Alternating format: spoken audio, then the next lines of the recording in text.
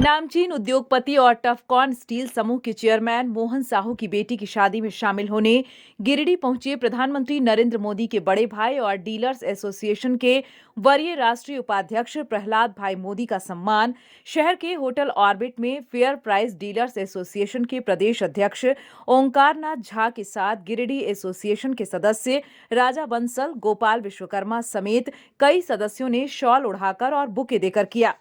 इस दौरान dealers association के प्रदेश अध्यक्ष ने गिरिडीह समेत राज्य के डीलर्स की परेशानियों से उन्हें अवगत कराया।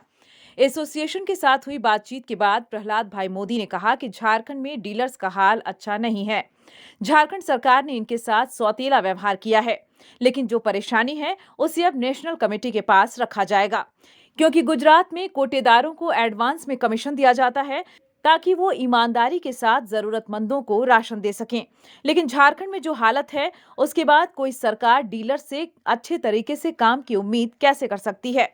और तो और गुजरात सरकार कोटेदारों की समस्या को सुनती है, उनसे सुझाव लेकर काम करती है, इसलिए जरूरतमंदों तक ईमानदारी से अनाज जाता है और झारखंड में इनकी सुनने वाला कोई नहीं। ऐसे में डीलर क्या करें?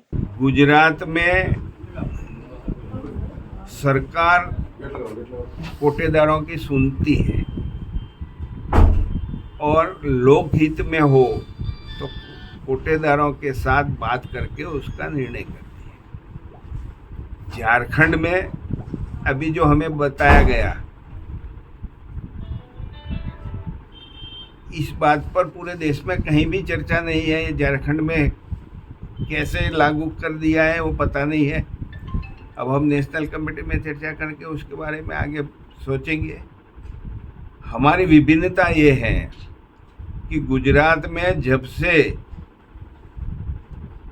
नेशनल फूड सिक्योरिटी कानून का अमलवारी हुआ है तब से हमें एडवांस में कमीशन मिलता है और यहाँ पर एडवांस में कमीशन नहीं मिलता। ये भिन्नता की बात जो आपने छेड़ी, इसका ये सीधा जवाब है। मेरा दुकानदार 2 रुपये का माल में 1.5 रुपये कमीशन काट के 50 पैसा सरकार का भरता है, पहले ले लेता है। हमारा 1.5 रुपये कमीशन है गुजरात में, और यहाँ पर पहले 2 रुपया भरता है, फिर राह देखता है। यहाँ तो 1 रुपया है। अरे जो है, लेकिन गेहूं का 2 रुपया भरता है और फिर राह देखता है कि अब मेरा 1 रुपया वापिस कब आएगा। एक सवाल के जवाब में प्रहलाद भाई मोदी ने कहा कि गुजरात को हिंदुत्व की प्रयोगशाला कहना गलत होगा, क्योंकि गुजरात में हिंदू मुस्लिम सिर्फ काम के आधार पर भाजपा को चुनते हैं और इसलिए उनका दावा है कि झारखंड के लोग गुजरात जाएं।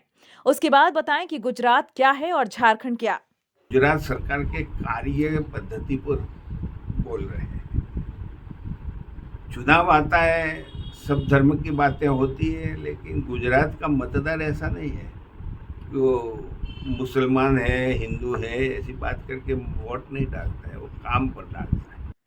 गुजरात चुनाव को लेकर प्रहलाद मोदी ने कहा कि गुजराती सिर्फ भाजपा जानते हैं, उसके बाद अगर कुछ बचता है तो कांग्रेस।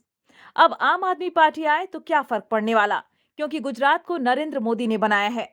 आम आदमी पार्टी खुद अपने झाड़ू फेर कर गुजरात में खत्म होगी और ये नजर आएगा 8 दिसंबर को, जब परिणाम सामने आएंगे।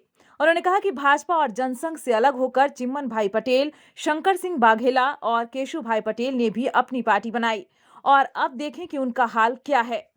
आम आदमी पार्टी का कोई बेज ही नहीं है गुजरात में, और गुजरात का मतदार बिल्कुल स्पष्ट है। गुजरात में 2 ही पार्टियां चलती है, कांग्रेस या भाजपा।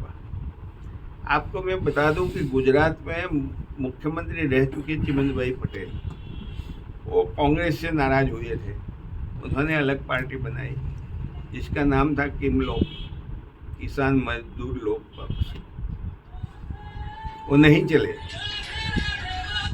हमारे बड़े भाई शंकर सिंह बाघेला पार्टी से नाराज हुए, उन्होंने पार्टी बनाई अलग से। गुजरात के मतदार ने स्वीकार नहीं किया। पहले जनसंघ में थे, भाजपा में आए तो शंकर सिंह को स्वीकारा, लेकिन पार्टी लेकर गए तो मतदार ने नहीं स्वीकारा।